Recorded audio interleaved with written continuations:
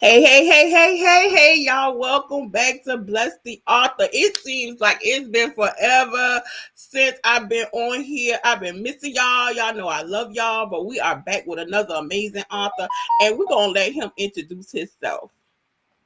Hey everyone, how's it going? I'm Otis D. Gore out of the Bronx, New York, and I'm the author of the influential self-help book called The Audacity of Doubt.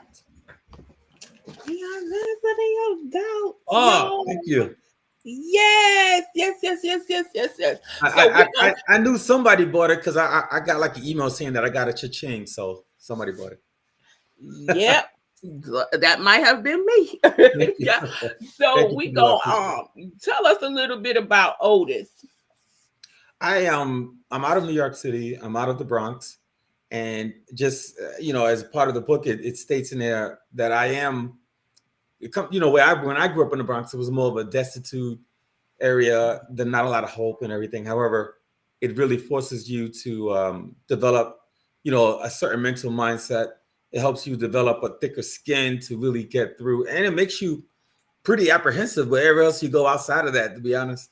But yeah, I'm from New York, and I'm also a real estate broker, and Mhm. I sell property as well, purchase, and I've always wanted to write a book, and I also coach agents. I have a team of agents, and this book is basically a um, a book about perseverance and pushing through limited beliefs to live a resilient life, to actually believe that you can actually do something with your life, because there's so many people that don't actually believe that they can do something, or that there's enough value for them to do anything, or whatever it is that they're going for, is it worth it? So, as we all know, as you read in the book, there's a quote about fear that states, I'd rather die leaping in fear than to constantly stand on the edge and wonder what could have been. So you really have to just take that shot, and that's what I've been doing like most of my life, is mentoring and coaching and helping people through. Okay. So we're gonna just dive right into these questions. Yeah. What inspired the name of the book? So it's funny because as I previously mentioned, I have a team of agents, and I've always been training. I've always been in sales, so any job I've had, I've always trained, and I've always advised on, always be closing, ABC, stuff like that. So there's a lot of people that I realized as I was going through my journey that they don't they don't truly believe what it is that they can do. They always allow the doubt and the fear. Every interview was always, well, what if it don't happen? What if I don't know if I should do this? There was always something standing in front of me. So I used to think to myself, wow, people really don't believe that they could do something. They really don't believe in something more enough that no matter what happens, that they can do it. So Mm-hmm. when I first started writing the book, it had a totally different name.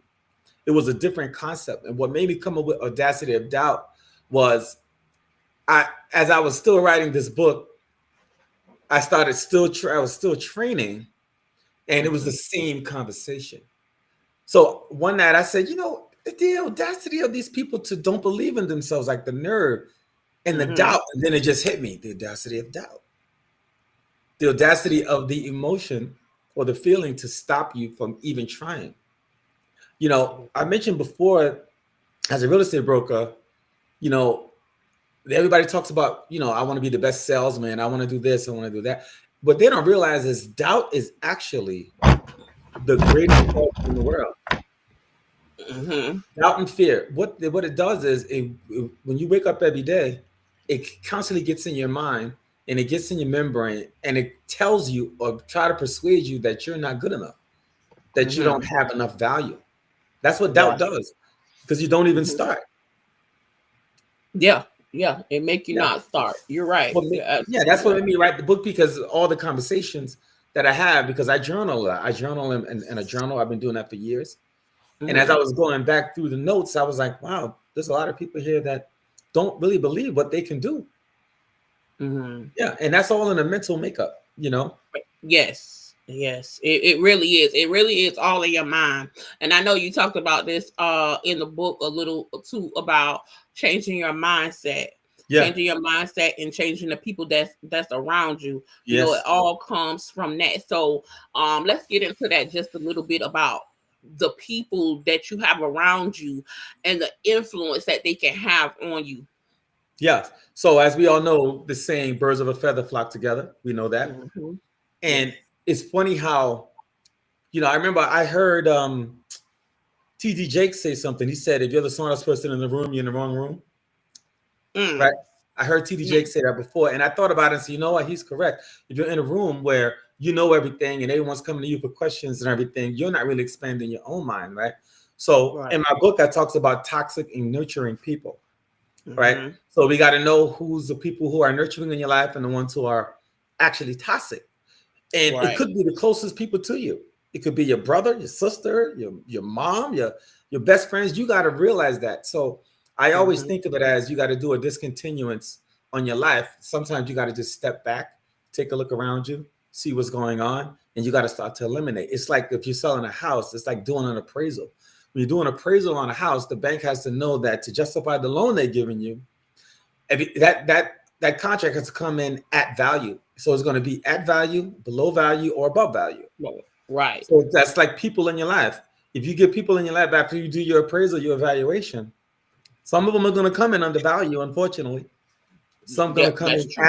at value, and some are going to be a little above. And that's when you Right. got to make your choice. You got success is a lonely road, and people don't get that. All right. So Absolutely.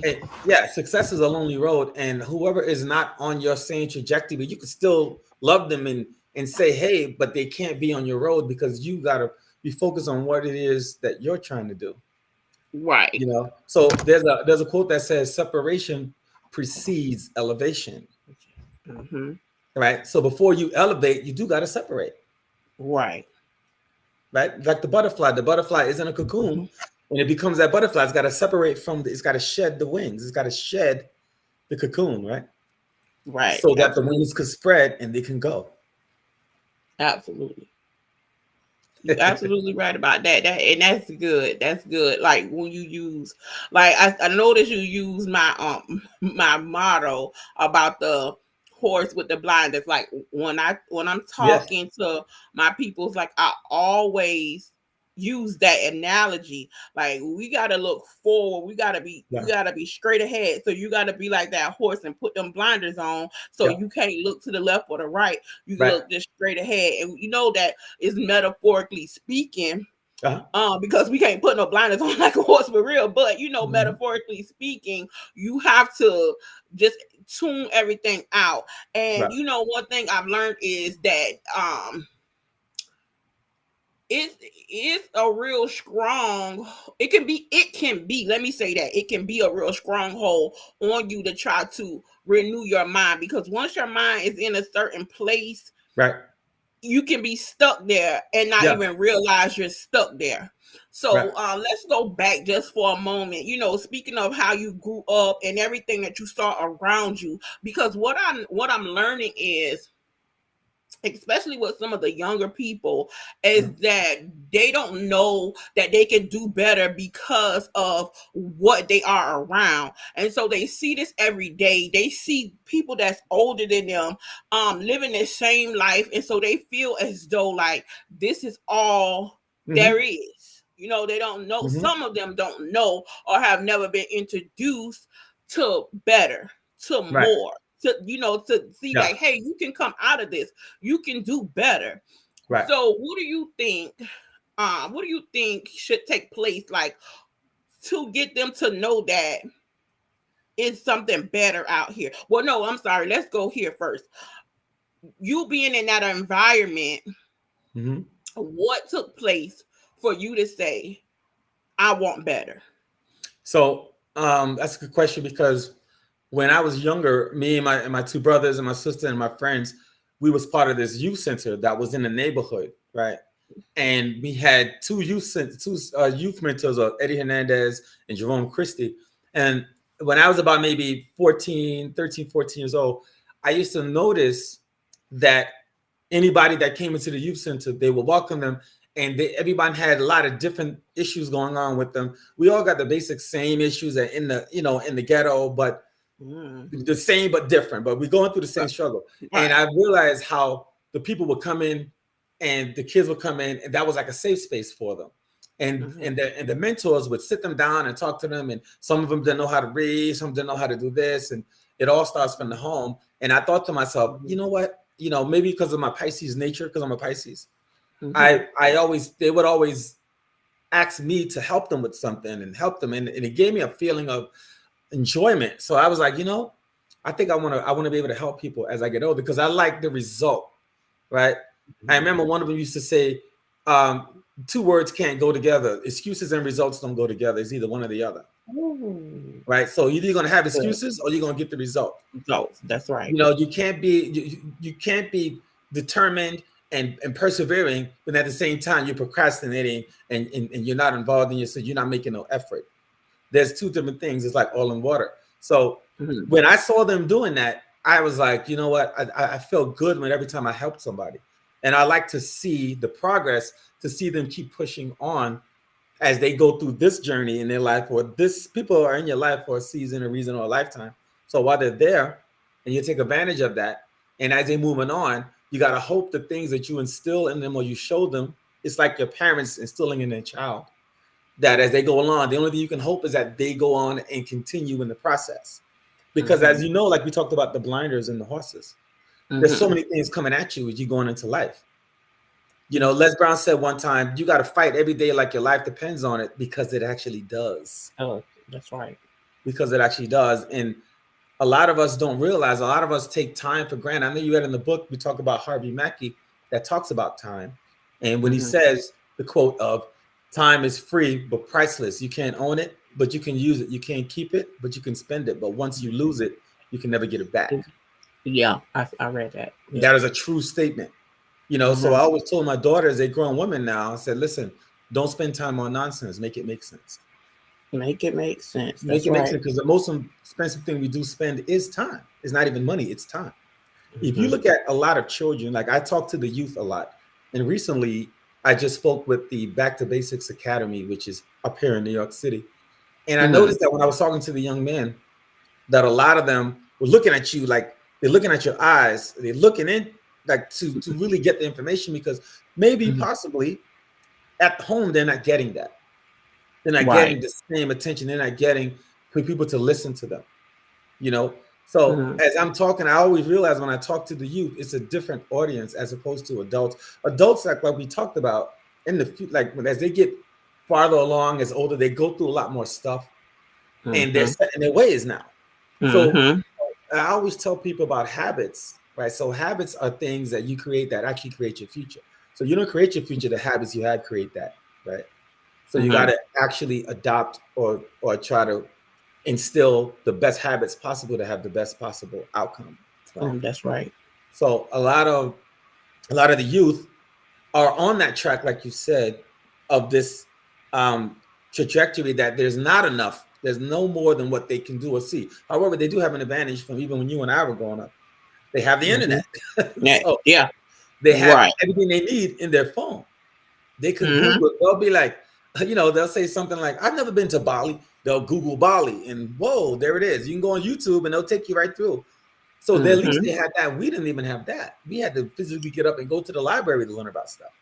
Yeah. So at least for me, I'm sorry, I didn't mean to talk to you. I'm probably loud. No, you're good. You're good. So, so yeah, and these days, it's like it's like a gift and a curse, because the internet is the information society. That is supposed to connect everyone, gain information, help you move forward. But at the same time, it actually disconnected a lot of people too. So it connected and disconnected.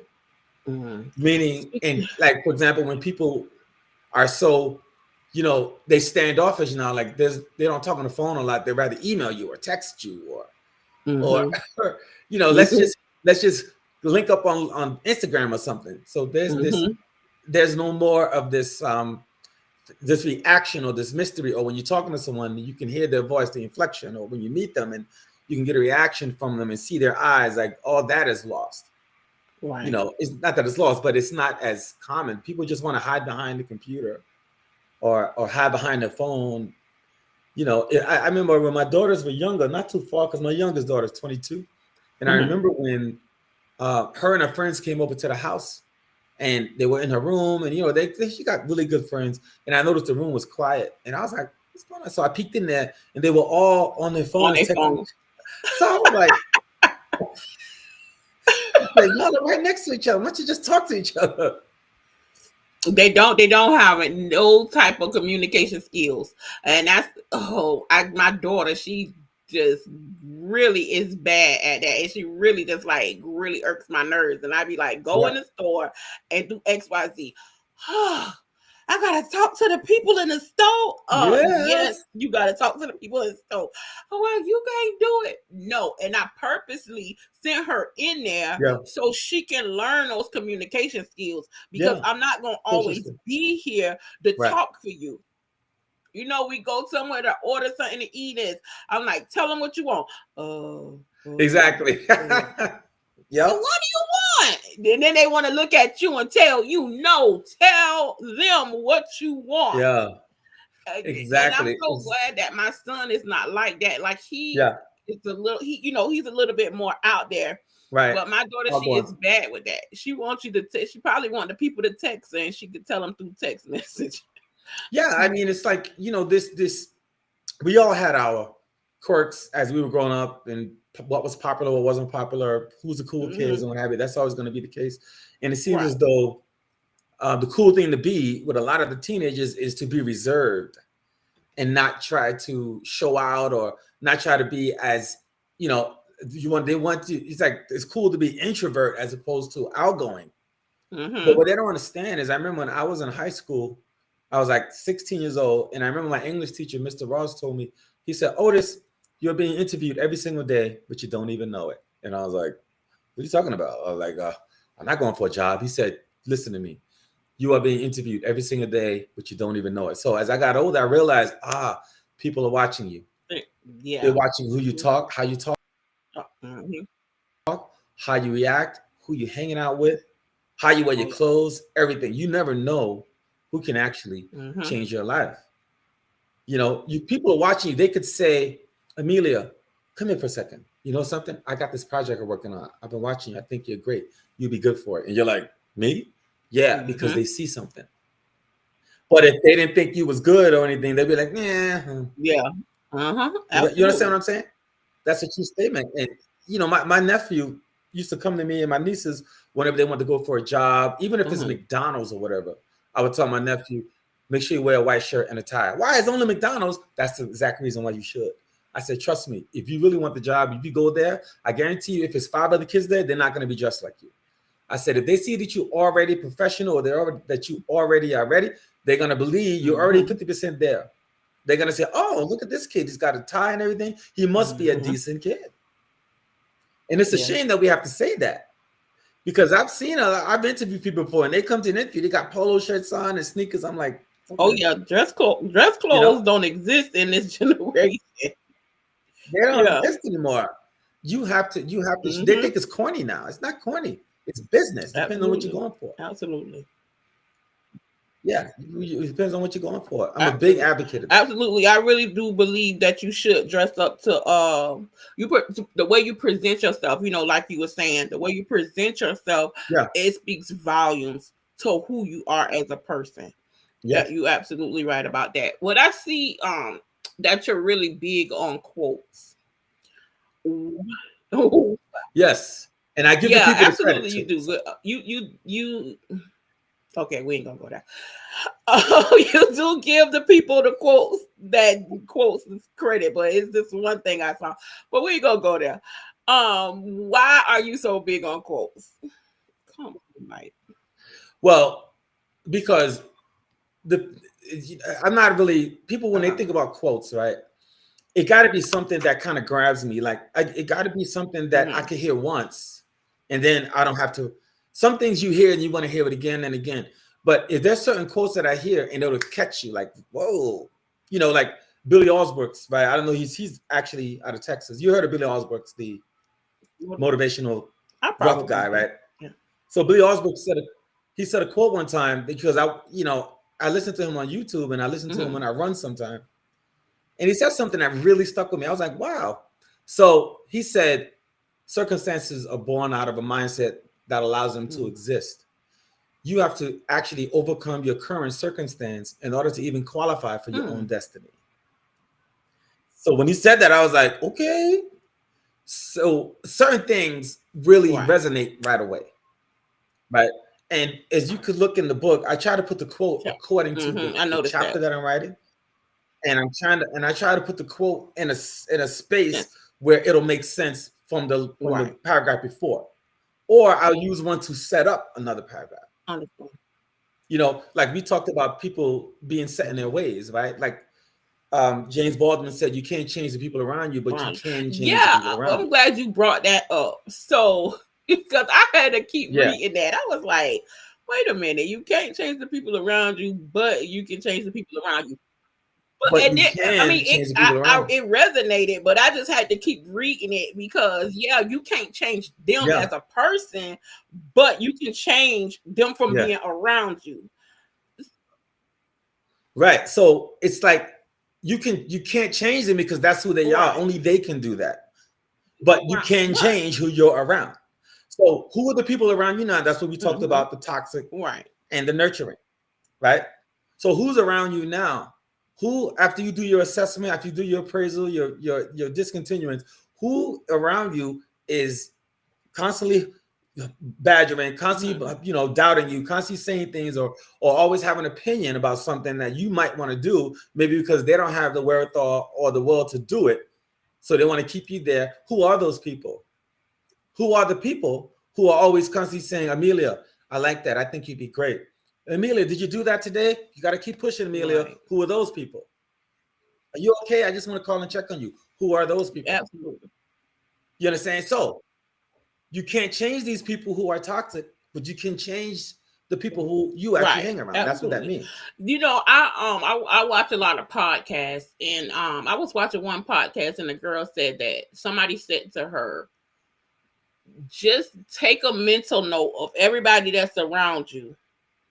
And if you're okay Yeah. with them fighting for you, warring for you, praying for you, then those are the people you need to be around. But if you're not, Yeah. then you don't need to be around them people.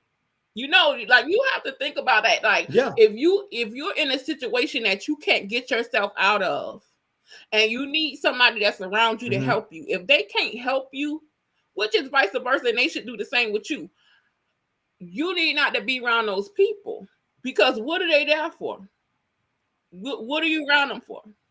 Well, yeah, everything also depends on what you need them Absolutely. for. Some things they might can't help you with that specific thing, but might help you with something else. But if they are the kind of people that are mostly takers instead of givers, you got to watch out for that. There's a lot of people, Oh yeah. and then but they don't give, like they don't see. For me, right, my closest friend is my brother Tony, right? Mm-hmm. And I'll do it if he needs me for something. I'm there. If I need him, he's there. We don't really ask each other for a lot, but if that's the fact, those are people you have to be there for, because Mm-hmm. you can't Absolutely.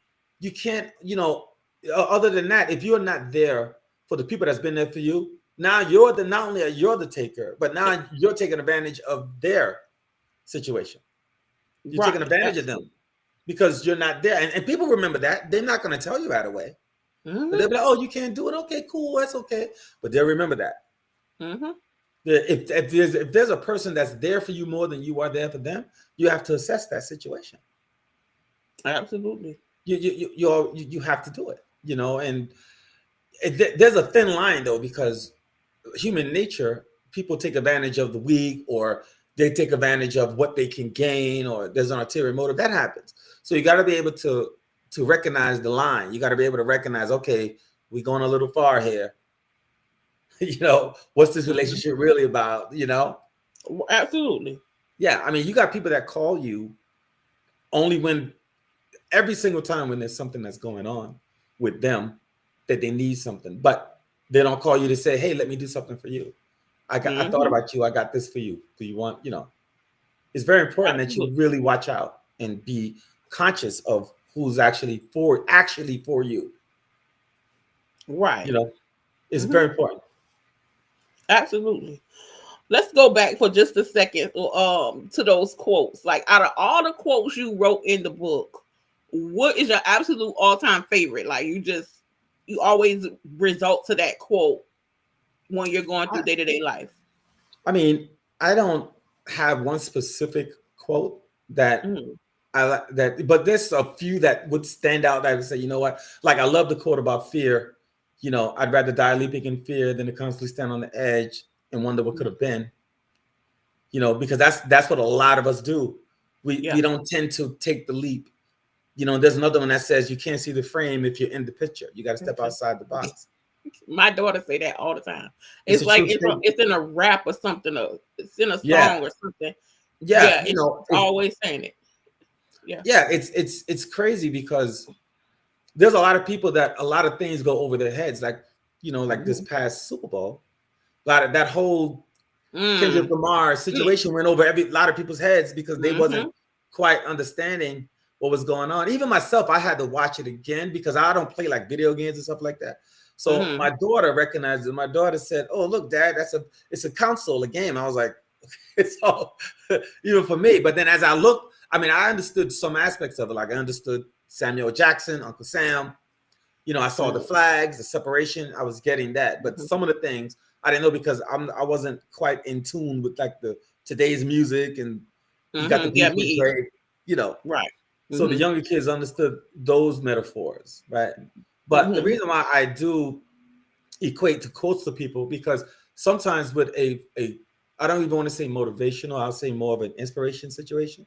An Mm-hmm. inspirational quote sometimes can get someone through a situation because it'll hit you like, oh, okay, I get that. It makes you think, like it makes you reassess. Absolutely.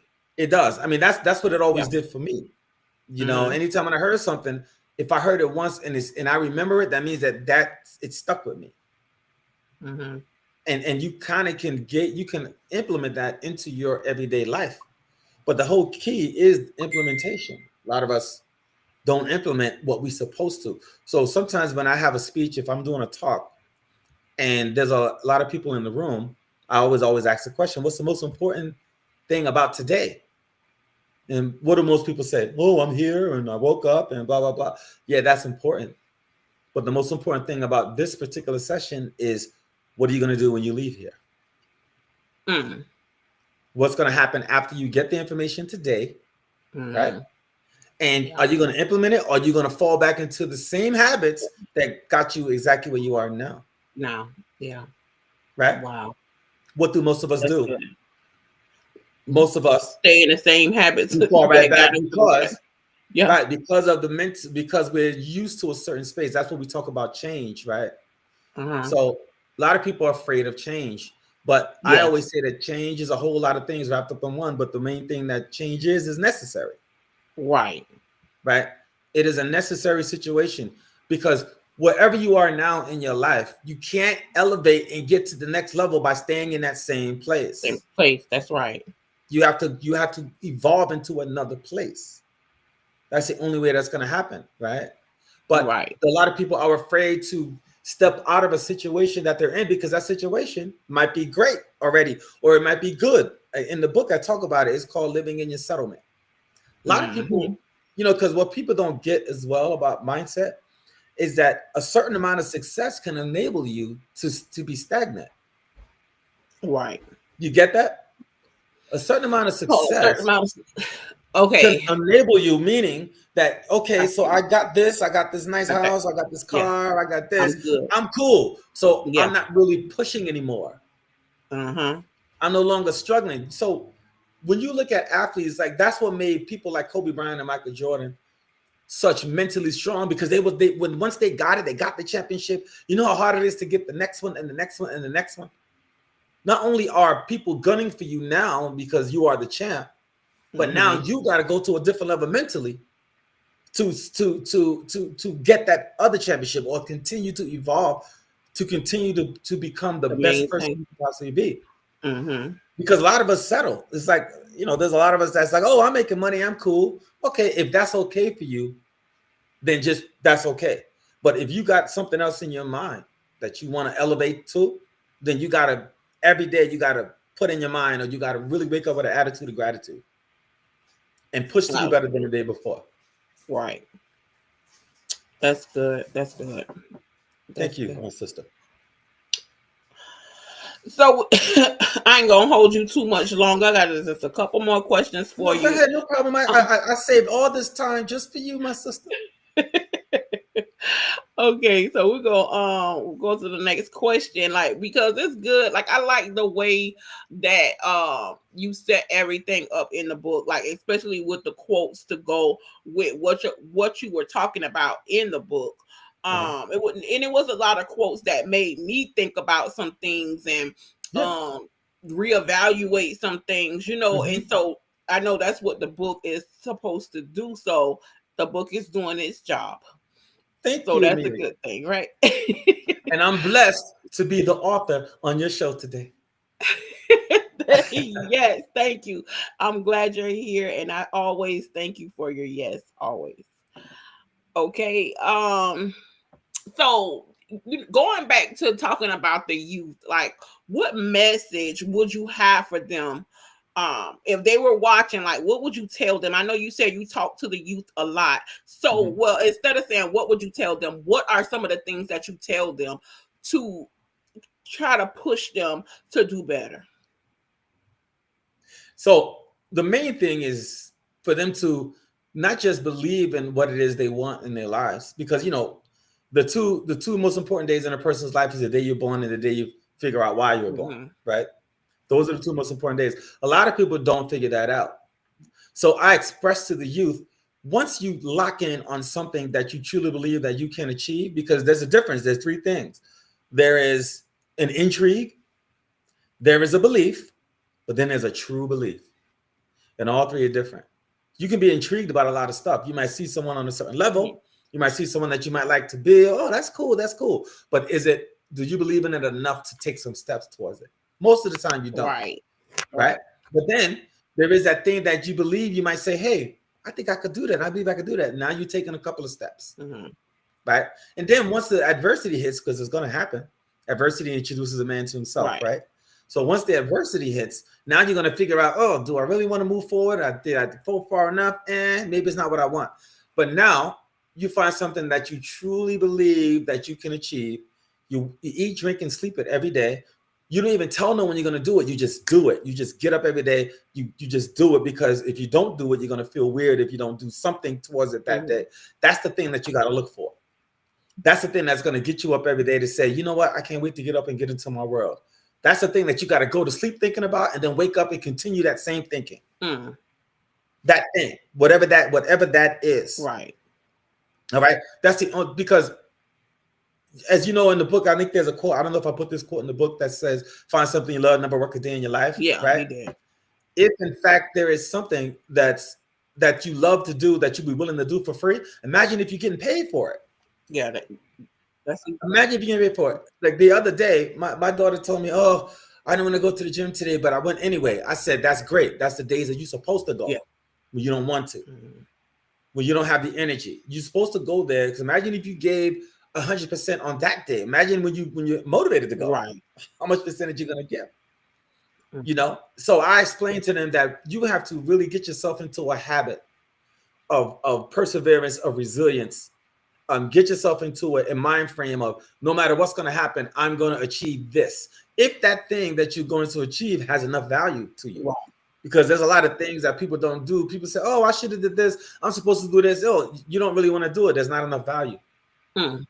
It's not on your radar. So find the things that's on your radar, and find the gift that is you. And a person's gift is the thing that they do better than most with the least amount of effort. Mm. Something that just comes natural to Hmm. you, right?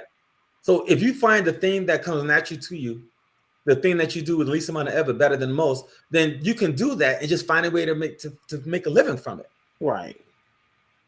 Right. Right? You find a way to make a living from it. You get up every day and you shoot for it and you just go and you grind. right? And tell people don't worry about hope, because hope is just a wish. But faith is that feeling that will get you through regardless. Like there's a difference between hope and faith. There's a difference between motivation and inspiration. Right. Motivation is a now situation. Motivation, I'm in this, I'm in the meeting, I'm going for it. Okay, everything sounds good. Now, what's going to do when after I leave, after that person is not in front of me motivating me? What am I going to do? Am I going to fall back? But if that person shows me something or gives me structure that inspires me and is in me now I'm going. It's no matter who's in front of me, I'm gonna continue to do it. I'm gonna keep going, because I told the last youth that I spoke to that in each and every one of those children, each and every one of those young adults, in each and every one of those kids, there is something inside of them that nobody else could find except for them. Right. Each and every person, there's something inside of you that only you could find. Nobody else could find it. So you can get all the coaching, the consulting, your parents telling you anything, but only you can dig deeper than nobody else can in your own self. Mm. And you got to know, but you got to really believe, truly believe that you can dig that deep. But here's the thing that's crazy. If it's something that you really believe that you can achieve, you're going to dig deep, because it's something that you truly want. Make sense? It'll make a lot of sense.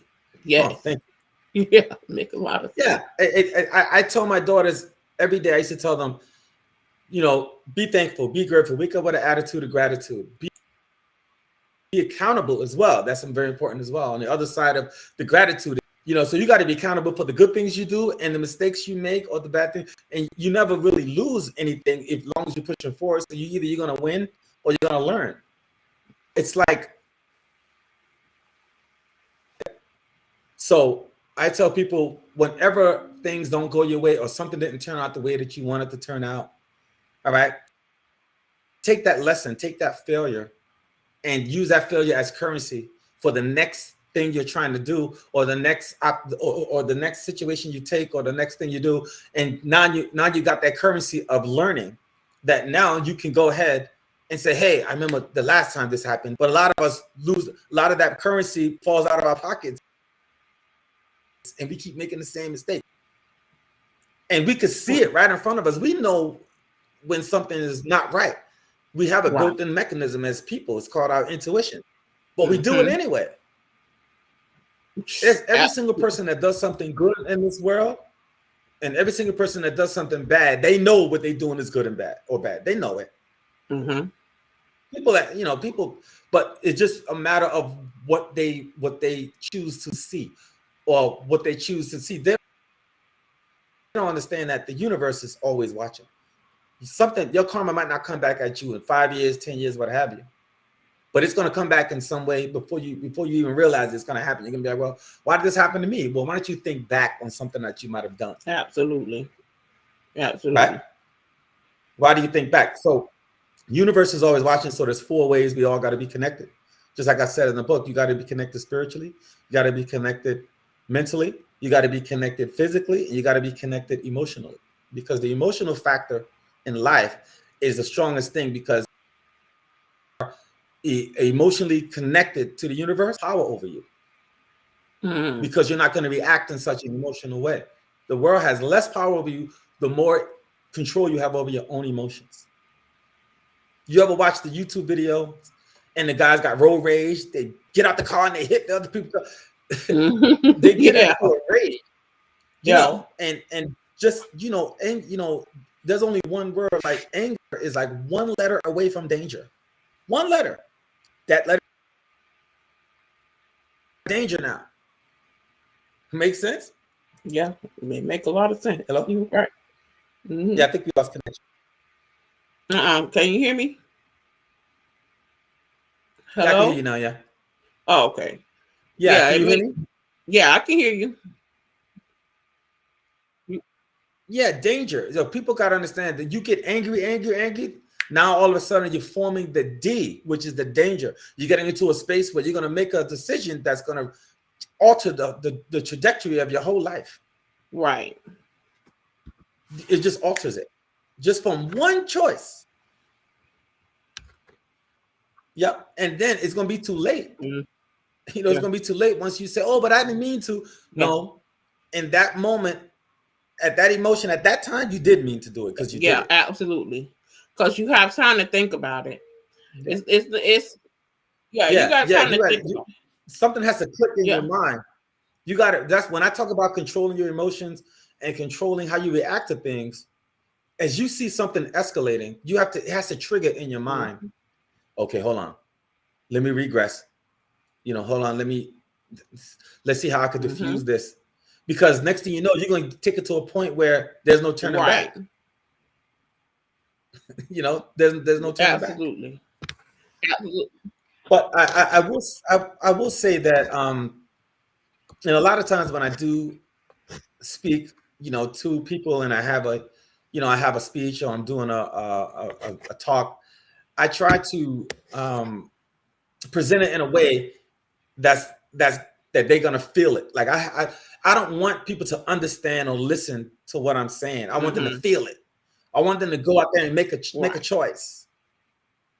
I don't want you to just listen. Oh, okay, another motivational speaker. No, I need to say it in a way that you could feel what I'm saying, because it's like, when people want to move ahead and trying to get successful in their life, and they're pushing towards something, and you don't know how far you are from it or how close you are to it. You don't never know. It can happen the very next day. You Right. don't know, right? So you got to push, push, push, push, push to a point where you can actually feel it there, but it's not there tangible yet, but it's there, but it's there. You got to get it to a point where you're Mm-hmm. feeling it. I know it's Mm-hmm. close. So you got to keep on going to the finish line. Absolutely. I understand what you be when I understand when you say you got to feel it. Like you just got to um what we say is you have to see it before you see it. Like you yeah, like you have to Yeah. see it before you see it to really want it. Like a lady that I work with, she she said if you think it positive, it's gonna happen. If you thinking about it, if you got this vision of it, it's gonna happen. Hmm. You just have to work towards it happening. If you don't ever work towards it Yeah. happening, how is it gonna happen? Because that's just like a dream. If you got a dream Yeah. and you want to do something, you want to build something, you have to put towards the effort in order to get it done. Yeah. Right. Right. The effort is the key. Right. Right. What is it? Whatever it is that you're going for, people know what they did to get it, or what they're trying to do, and what they're not doing.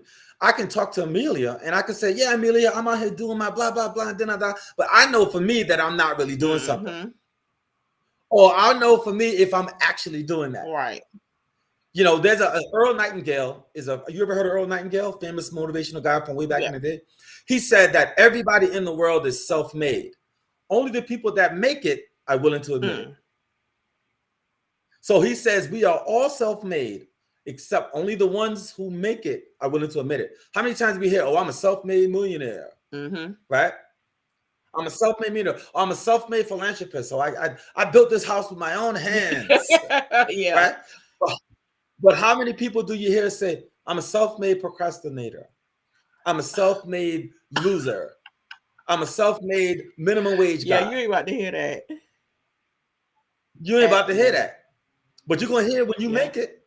When you're making that money, they're gonna say, "Oh, I'm a self-made millionaire." That's the key, right? So when people wake up every morning, I always give them a homework assignment, or like a test, right? I'll say, see for 30 days, just do this.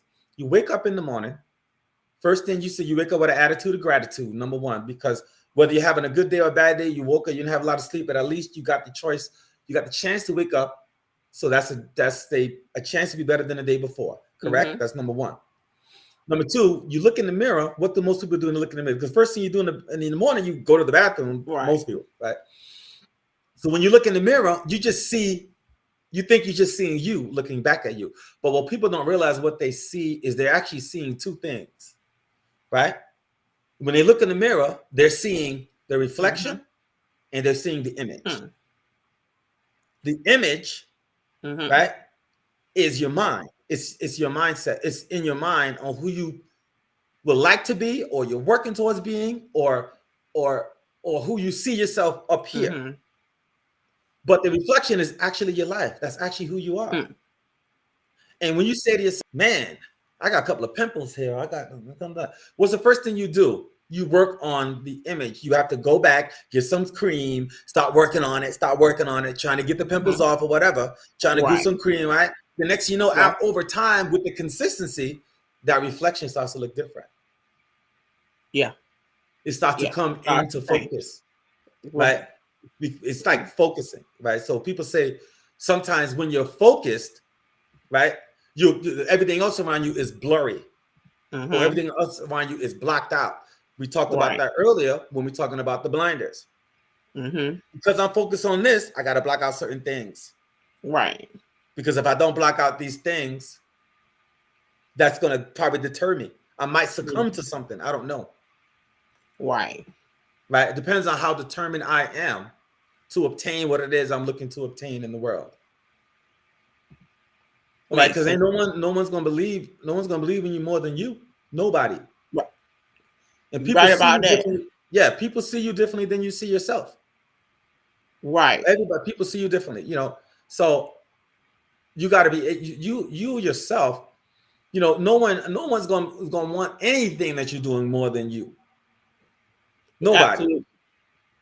You know what I'm saying? You got to wake up saying, "Oh man, I should do this. I should do." No, that's not what you say. You got to wake up saying, "I must get up early.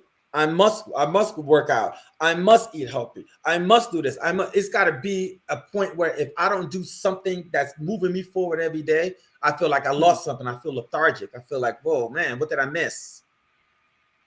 But it's like having your Mm. phone. The first thing you do if you walk out the house and you go into work and you leave your phone at home, your first thought, oh, I got to go back and get my phone. Phone. That's right. Yeah. Because that phone has the most value to you at the moment. If I don't Right. have the phone, I'm disconnected from the world, right? Makes sense. Yeah. And it's all about a connection anyway, right? There's a saying in the book that I told you about connection, right? So connection is an energy between two people that feel blessed without any type of judgment or anything. They just connect. I don't want Mm-hmm. nothing from you. You don't want nothing from me. I just feel like we're connected. I feel like we could help each other or something. You could be connected to a person. You could be connected to a place. You could be connected to an item, Mm-hmm. right? It's all about what Right. you are connected to. But as long as that connection is something that's pushing you towards what you're shooting to do, because there's a lot of people out here that's trying to connect with you, but all for the wrong reasons, and you got to Reasons. be able to recognize that. Absolutely. Absolutely. That's good. That's good. We can just let you give us one of your motivational speeches. What'd you say? Was it? Yeah. That's good. That's good. Though. So what do you want? So as you sat down, you wrote this book. You had in mind what you wanted the readers to get out of the book. So what was that? I wanted the readers to I want the book to be written in a way. I wrote it in a way where if Amelia is reading the book, it's like Amelia and myself is having a conversation. Mm-hmm. That's what I really was trying to get. I was trying to act like I'm speaking to you as you're reading it. All right. And what I want people to get out of the book is the fact that there is always more that you can do, even when you don't think that there is. There's Mm-hmm. always something else you can do. It's just a matter of what it is you truly want to do.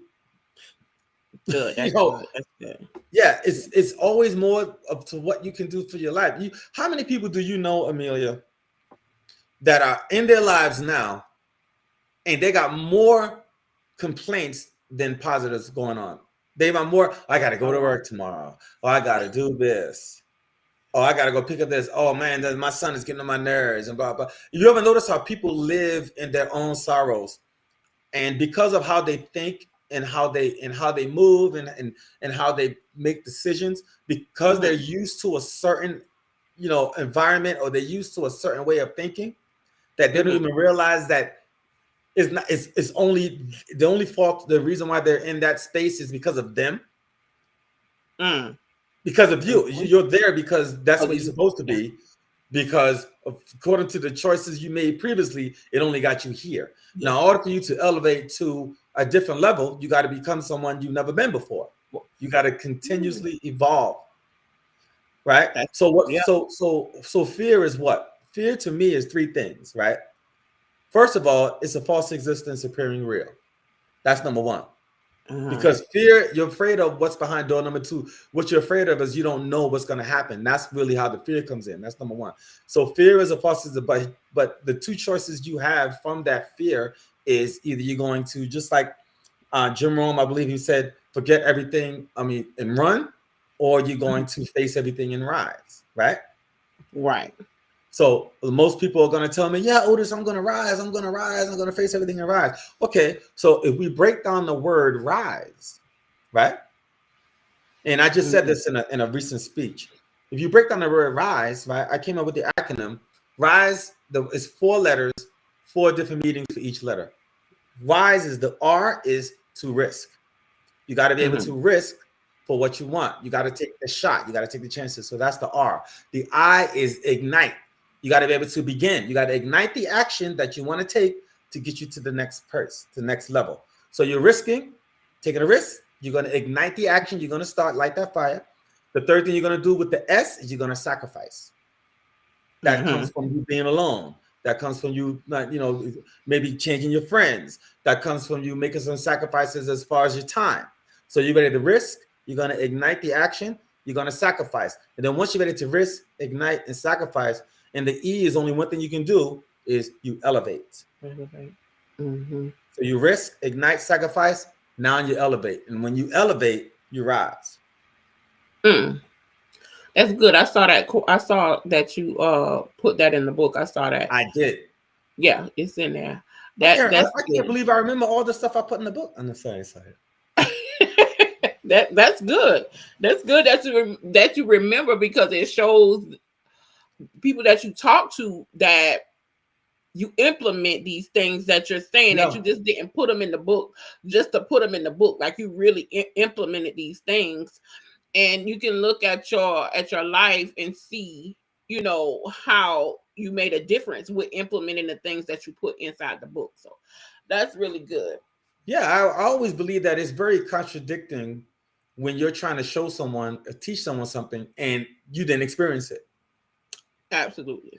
Like if you go to the And gym, experience and sometimes is the best teacher.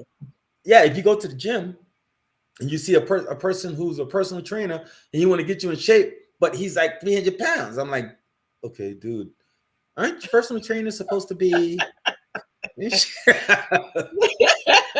No, Yeah, I'm if just you're saying not in it shape. don't mean that they can't show you what to do. I'm not saying that, but No, but you look at it. If you're it's not the in shape, how perception. you Yeah, gonna get me in shape?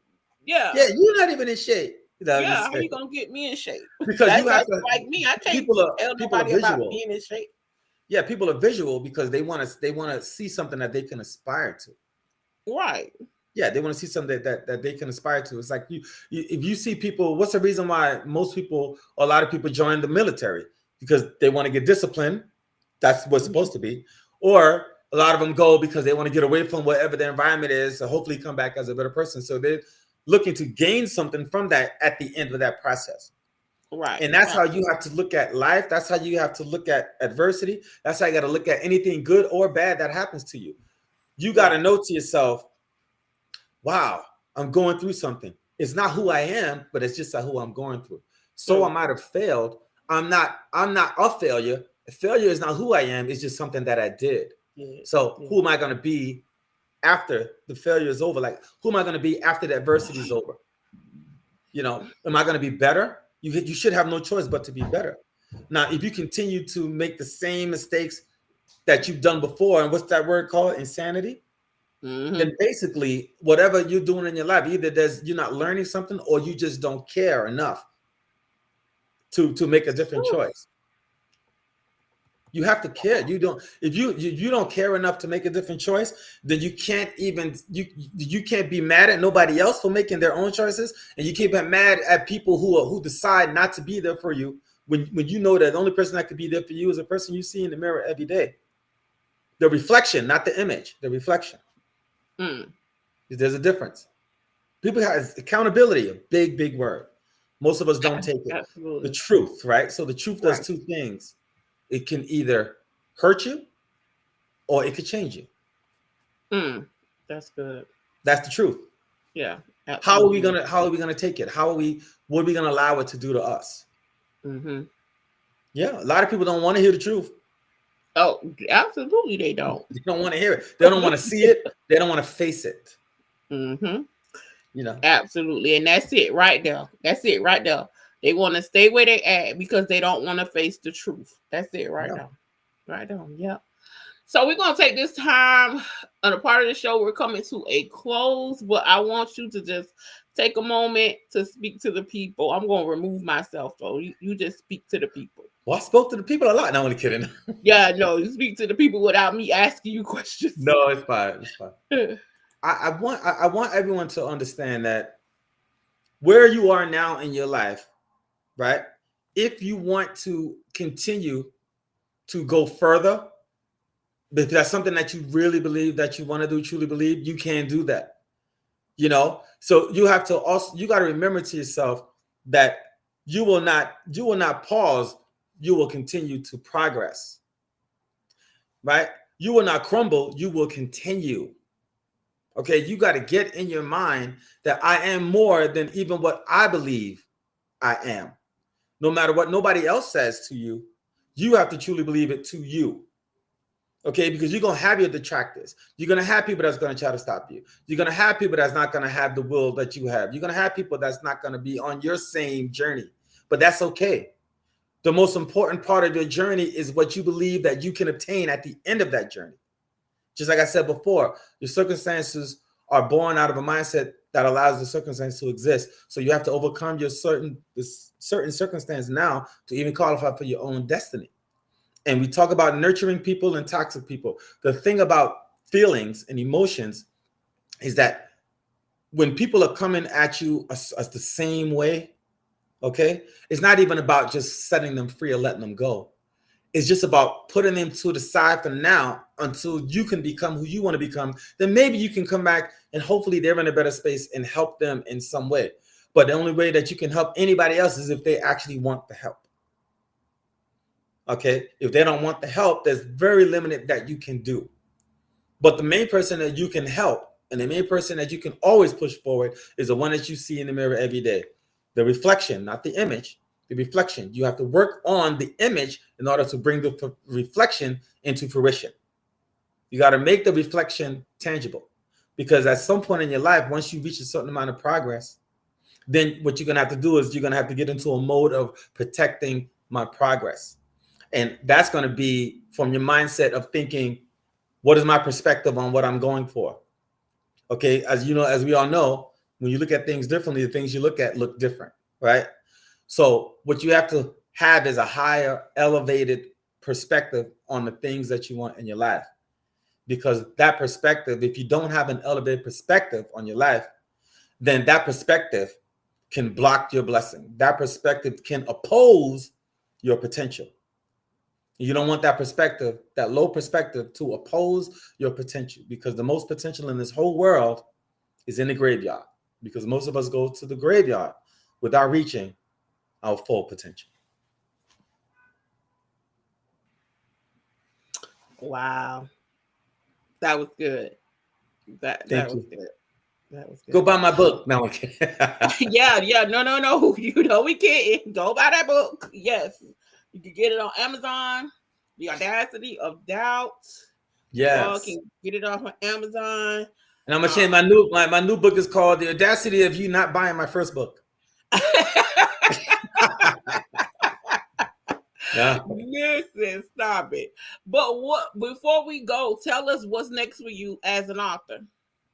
So I've this book has been out since September. So I've been doing a lot of podcasts and book events and stuff. So I've also been garnering more speaking engagements. So I really want to take the next step and to do more speaking engagements. I'm working on that right now. Speaking at schools, speaking at events, speaking any place that I can to really spread the message. And then soon enough, I'm going to start working on the next book. I kind of got a title in mind, but I don't want to put that out there yet, in case somebody's listening. And they next thing you know, there's a book with the title. Yeah, try to snatch it up. Yeah. Yeah, I want to Understandable. continue on the journey of self-improvement, self-awareness, self-perspective. That's the reason why we always talk about, I always try to enthuse a higher perspective mindset on people, because a lot of us don't realize that the way that we're thinking about things is what's really keeping us where we are. But we just don't realize it. Absolutely. Absolutely. That's why I said you got to make sure that your perspective does not oppose your potential. That's good. Yeah. Once again, that's good. So before we go, tell the people how they can reach out to you if they wanted to book you for a Yes. speaking engagement, or if they just want to book you to motivate them. Like, how could they reach out to you to have Yeah. that done? Well, you can definitely reach out to me. I have a website, otisdgoreauthor.com. I also have my email address, which is otisdgore@yahoo.com. You can also reach me on Instagram at GoreOtisD. Or you can call me. I'll get my phone number out. It's okay. 347-387-5052. 347-387-5052. I ain't got nothing to hide. If you're gonna call me and say you got a check for me, hey, no, I'm gonna kidding. No. I'll be like this. I can't talk right now. I got a check for you. Okay, what you got? What you no, I'm kidding. Oh, you can talk now. All of a sudden you sound differently. The way you listen to things sound different now. Yeah. So obviously, you can reach out to me. The fastest way is obviously email or text. Otis D Gore at Yahoo, or you can go catch me on Instagram at Gore Otis D. Also on YouTube, I have a YouTube channel. You can just Google Otis D Gore and my YouTube channel come up. Okay, You know, okay. So you all hear that? How you can reach out to him? Reach out if you need to book somebody for an engagement. Like, how far do you go out? Like, because I'm way in Florida, you're way in Georgia. I mean, hey, New York. I can travel to Washington, Philadelphia, East Coast. I travel where I need to travel to, in order to spread the message and to provide the service that they need. Because I'm a keynote speaker, I do workshops, I do Mhm. trainings. It depends on what they Okay, need. all right, all right. Yeah, I'll even come to Jackson. Hey, listen, if I put something together, because I do put events together and I do have events. So if I put something together and need a speaker, I will keep you in mind. Now remember, I'm energetic, so when I'm on the stage, I'm not this calm, collective guy you see before you. I understand. I understand. Once again, Otis, we want to thank you for being a part of Bless the Author and taking this time out of your busy schedule to come on and discuss your book with us. We thank you. We appreciate you. And you're always welcome back here on Bless the Author. Thank you so much. I really appreciate the time, and thank everyone for listening. And Amelia, I know we booked this like last year, but I really appreciate it, and I'm glad that it came to fruition. I had a great time. Yes, yes, yes. You gotta have the books together. Yeah, yeah. Yes. So all right. Till next time, you be And blessed. once I'm gonna meet you someday, I make sure you have your book. I'll sign it for you. Okay, for sure. Absolutely. All right. You have a good one. Thank you. You too. Take care. All right, all right, all right, all right, y'all. That is another one down. And I thank you all for coming on and spending this time with us and listening to this amazing author, Otis D. Or with his book, The Audacity of Doubt. A lot of us need this book. A lot of us need that self-help. A lot of us need the encouragement to move, to go forth, to do what you know that you are supposed to be doing on this earth, and to do what God has called you to do on this earth. So until next time, you all be blessed. Toodles.